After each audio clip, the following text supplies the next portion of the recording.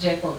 But we've seen he's saying a lot of things, and then anamalizia kimwambia, I had a dream. The Lord told me not to say anything to you. That was so funny to me. Verse 30. Now you have gone off because you longed to return to your father's household, but why did you steal my gods? So this is Laban asking Jacob. Verse 31, Jacob answered Laban, I was afraid, because I thought you will take your daughters away from me by force. But if you find who has your gods, that person shall not live. You remember I told you Jacob did not know that Rachel stole these gods. So Laban has confronted Jacob, and Jacob is telling Laban, mwenye atapatikana na hizi gods, that person shall not live. And you remember Rachel ni the favorite of Jacob. So let's read on and see what transpires. In the presence of our relatives, see for yourselves whether there is anything of yours here with me. And if so, take it. Now Jacob did not know that Rachel had stolen the gods. Verse 33. So Laban went into Jacob's tent and into Leah's tent and into the tent of the two female servants, but he found nothing. After he came out of Leah's tent, he entered Rachel's tent. Now Rachel had taken the household gods and put them inside her camel's saddle and was sitting on them. Laban searched through everything in the tent but found nothing. Verse 35, Rachel said to her father, don't be angry, my lord, that I cannot stand up in your presence. I'm having my period. So he searched but could not find the household gods. Isn't that verse funny? Please. Read along with me. Am I the only one finding it funny? Rachel pia ni muongo. She has also decided to deceive the father. Jacob hajui Rachel aliiba the gods. Now Laban is searching into Jacob's tent, Leah's tent, and finally Rachel's tent. And Rachel being so cunning, yes, cunning is the right word. She decides to sit. We are being told verse 34, now Rachel had taken the household gods and put them inside her camel's saddle and was sitting on them. So amekalia the camel's saddle. So Laban, the father, amekuja kaingia kwa tent, akatafuta hajapata anything. And now we see Rachel telling the father, don't be angry, my lord, that I cannot stand up in your presence. I am having my period. So he searched but could not find the household gods. That was so funny to me, seeing Rachel deceiving the father. So uongo ilianza kitambo. Si leo tu watoto wanadanganya wazazi. Because now Rachel telling the father, I cannot stand, I'm on my periods. I think every father could respect that. Yeah. And you could not suspect it. Yes, so Rachel is cunning. Let's read on to verse 36 and see what continues to happen. We are reading the book of Genesis chapter 31 and now we are at 36. Jacob was angry and took Laban to task. What is my crime? He asked Laban. How have I wronged you that you hunt me down? So we've seen Laban pursuing Jacob. I may go after him because Jacob was fleeing. So he has gone after him and after 7 days amemfikia. So verse 37. So verse 36, they have a confrontation and Jacob is angry towards Laban and asking ni crime gani ametenda that Laban had to go and hunt him down. So verse 37, now that you have searched through all my goods, what have you found that belongs to your household? Hajapata anything because Rachel ameficha and Jacob doesn't know. So I think if Jacob knew that Rachel was going to steal, angemwambia asiibe. Because we've seen Jacob being so obedient, amekuwa mtu mzuri. So I don't think Jacob could have accepted her to take them away. So verse 37, now that you have searched through all my goods, what have you found that belongs to your household? Put it here in front of your relatives and mine, and let them judge between the two of us. So hizo gods zimepotelea. No one has them. Haziko kwa Laban, and Jacob and his wives don't have it. See, it's such a shame. You can imagine Laban with his relatives on this side, Jacob and his relatives on this side, na Jacob anamwambia sasa umepata nini? There's nothing you found. So it's so shameful. So verse 40. 38. Oh yes, 38. I have been with you for 20 years now. Your sheep and your goat have not miscarried, nor have I eaten rams from your flocks. I did not bring your animals torn by wild beasts. I bore the loss myself, and you demanded payment from me for whatever was stolen by day or night. This was my situation. And you demanded payment from me for whatever was stolen by day or night. Sorry, nimejirudia. Verse 40, this was my situation. The heat consumed me in the daytime and cold at night, and sleep fled from my eyes.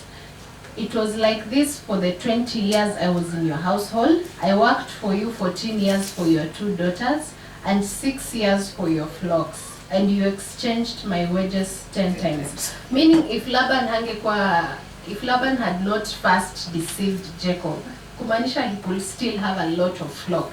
Because now we're being told the flock were the wages they agreed upon. And Jacob is telling Laban that he deceived him, his wages 10 times. So verse 42, if the God of my father, the God of Abraham, and the fear of Isaac had not been with me, you will surely have sent me away empty-handed. So kama Jacob is saying, kama angeambia Laban that he's trying to go away, he's trying to flee and go back to his father's household. And if God was not with him, he thinks that Laban could have sent him empty-handed, and it is true. According to the character that we have read, the character of Laban. So maybe angemnyang'anya the 2 daughters that he had worked for so much for 7 years, and the flocks that he had also worked for 6 years. But God has seen my hardship and the toil of my hands, and last night he rebuked you. So that is Jacob's words to Laban. Verse 43, Laban answered Jacob, the woman are my daughters, the children are my children, and the flocks are my flocks. All you see is mine. Yet what can I do today about these daughters of mine, or about the children they have borne? Come now, let's make a covenant, you and I, and let it serve as a witness between us. Verse 45, so Jacob took a stone and set it up as a pillar. He said to his relatives, gather some stones. So they took stones and piled them in a heap, and they ate there by the heap. Laban called it Jegar Sahadutha, and Jacob called it Galid. So the first word is an Aramic word, and the second one is a Hebrew word, which means witness heap. Verse 48, Laban said, this heap is a witness between you and me today. This is why it was called Galid. It was also called Mizpah, because he said, may the Lord keep watch between you and me when we are away from each other. Verse 50, if you mistreat my daughters, or if you take any wives beside my daughters, even though no one is with us, remember that God is a witness between you and me. So they have made, Jacob and Laban have made a pillar where they have agreed, they have set out I think it's also a covenant. Wamekubaliana, they have set out their terms and conditions. None of them is supposed to, verse 45, 46, I'm trying to find the right words. Let's make a covenant, you and I, and let it serve as a witness between the two of us. Laban has told Jacob that he should not mistreat his daughters, and he should not take any wives beside his daughters, even though no one is with them. God is a witness between you and me. So it's a covenant, and they have also built up a pillar where they have agreed on these things. So verse 51, Laban also said to Jacob, here is the heap, and here is the pillar I have set up between you and me. This heap is a witness, and this pillar is a witness that I will not go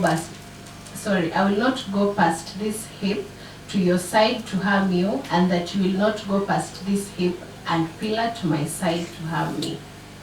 So another rule, none of them was supposed to cross your heap. Ni kama, I think when you put stones together and build a heap, so itasimama like in a triangular shape. So none of them was to cross. Laban is not supposed to cross to go to Jacob's side, and Jacob is not supposed to cross to go to Laban's side. So verse 53, may the God of Abraham and the God of Nahor and the God of their father judge between us. So Jacob took an oath in the name of fear of his father Isaac. He offered a sacrifice there in the hill country and invited his relatives to a meal.